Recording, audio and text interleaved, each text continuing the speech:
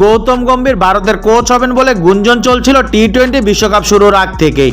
মাঝে টাকার অঙ্ক নিয়ে দর কষাকষিতে মিল ছিল না বলে চূড়ান্ত চুক্তিতে যেতে দেরি বলে জানায় দেশটির গণমাধ্যম।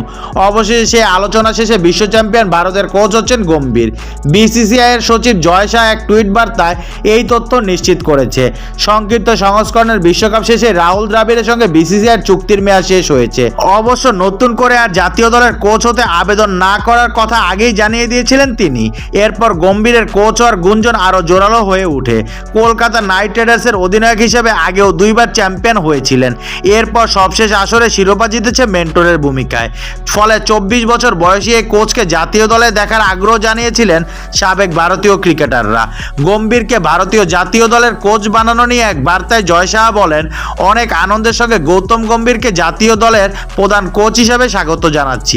আধুনিক ক্রিকেট দ্রুতই বিবর্তন হচ্ছে এবং এই পরিবর্তন খুব কাছ থেকে দেখার অভিজ্ঞতা আছে গৌতমের। পুরো ক্যারিয়ারে তিনি অসাধারণ সব অভিজ্ঞতার মুখোমুখি হয়েছেন। তাই আমি আত্মবিশ্বাসী যে ভারতীয় দলকে আরো সামনে এগিয়ে নেওয়ার ব্যাপারে গৌতম বিশেষ ব্যক্তি।